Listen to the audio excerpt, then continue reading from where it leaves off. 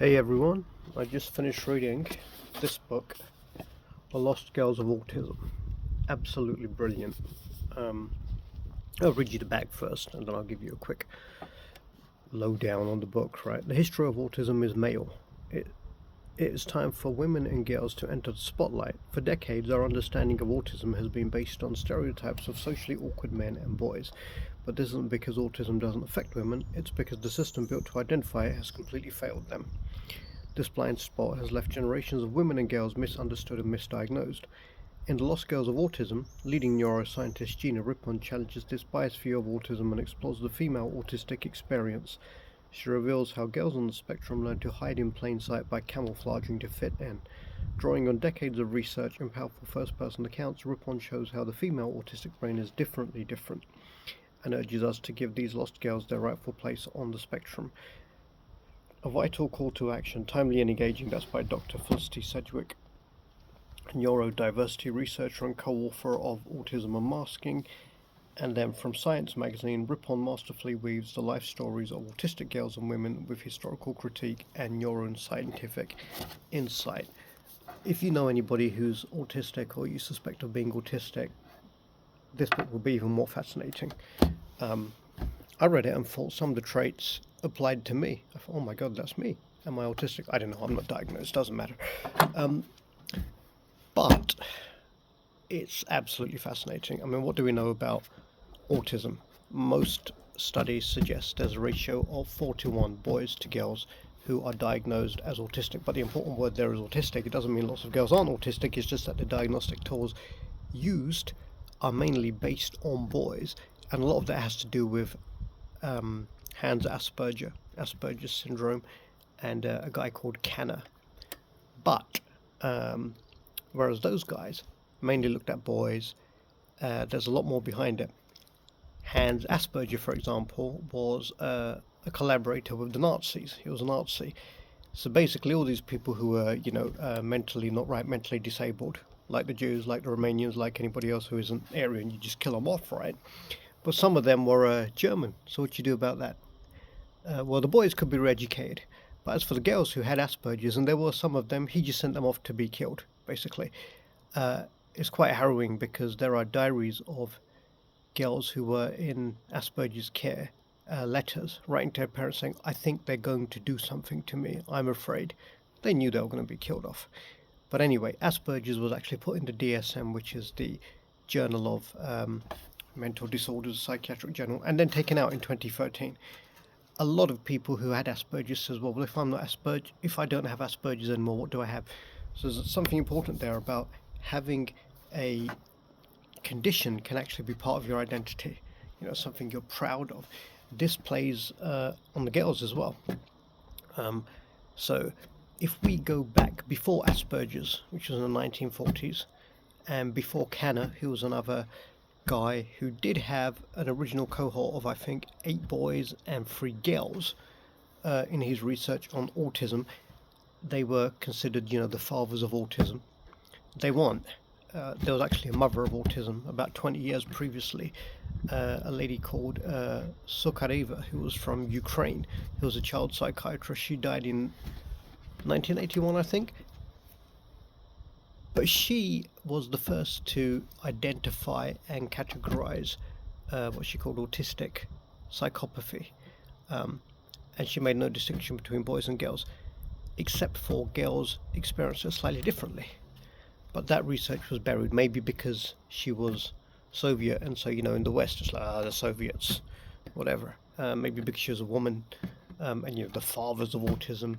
And eventually her work was translated into English by a Swedish clinician in 2013, I think.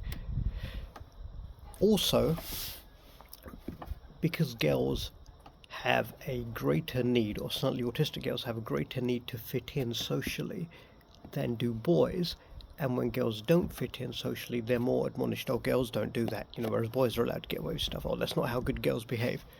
They develop masking. And there's lots of conversations with patients in here who often were diagnosed later in life, maybe because they took a son or a daughter to be diagnosed, and then hang on, mainly sons, right? Girls don't get diagnosed. They can't be autistic. Autism is a boy thing, Rain Man, whatever. You can't be autistic. You're not a white guy who's interested in trains, right? Or numbers, or whatever. It's amazing how these stupid stereotypes can completely numb the sharp edge of science. It is, isn't it?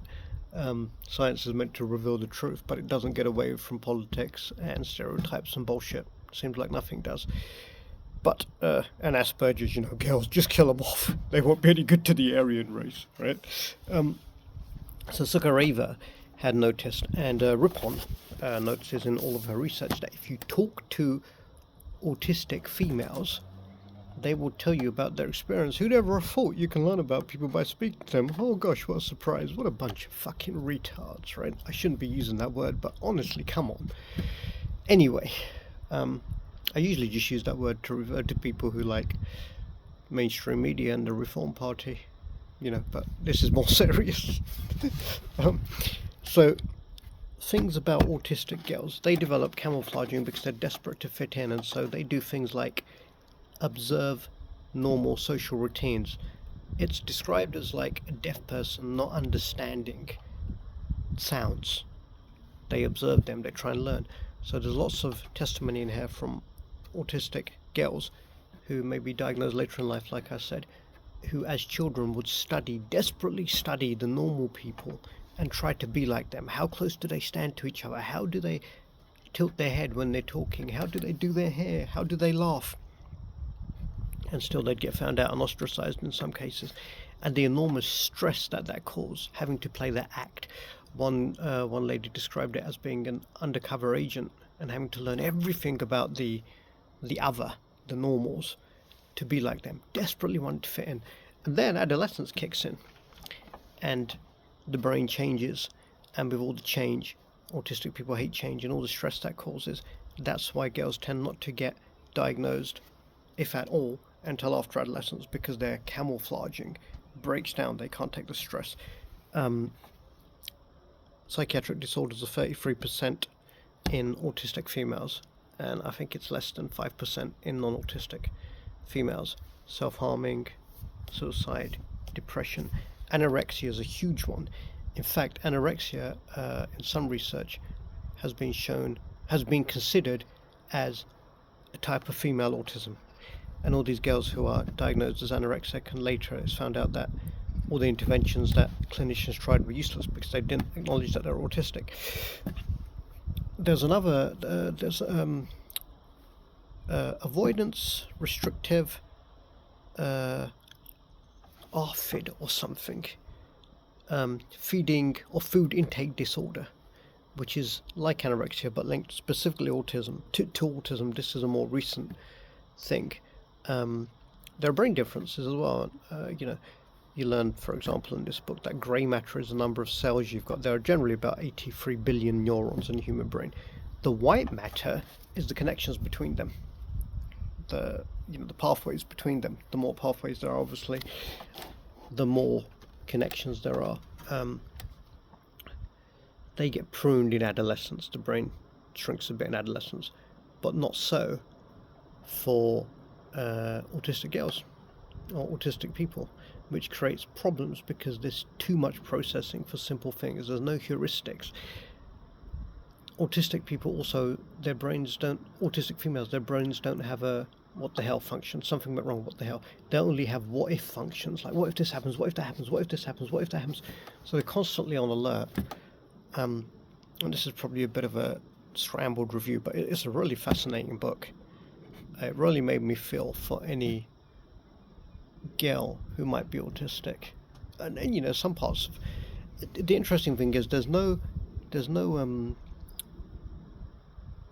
ratio difference when it comes to severe non-verbal autism. There are as many girls as boys get diagnosed, but it's the ones who are verbal, who are functioning, who are so able to effectively conceal their autism because they're desperate not to be seen as weird. So often when they get sent to anorexia almost becomes like a club. There are some memoirs from autistic girls who went to like rehab centers for anorexics, and they said things like, if you've not been fed through a tube, then you're just a day tripper. If you want to be cool, you have to be fed through a tube. So they have a tribe, so to, they have somewhere to belong to. Man, I've only just finished reading this book and it's still all kind of scrambled in my head. I haven't had time to sit down and organize it, so this review's a little bit all over the place. Really, really good book. I think everyone should read it because there's lots of autistic people in the world. You want to understand the people you meet. Really good book. What else can I say about it? Revolutionary, that's from the New Scientist. A truly fascinating must-read by Eleanor Cleghorn, author of Unwell Women. A masterful balance of science and storytelling by Science Magazine. Lots of good reviews in here. There she is, Gina Rippon. I found it fascinating and quite moving. I'm giving it 10 out of 10. It's The Lost Girls of Autism, the untold story of women on the spectrum by Gina Rippon. Highly recommended. I don't care what you're into. It's a good book to read, and I think you should all read it.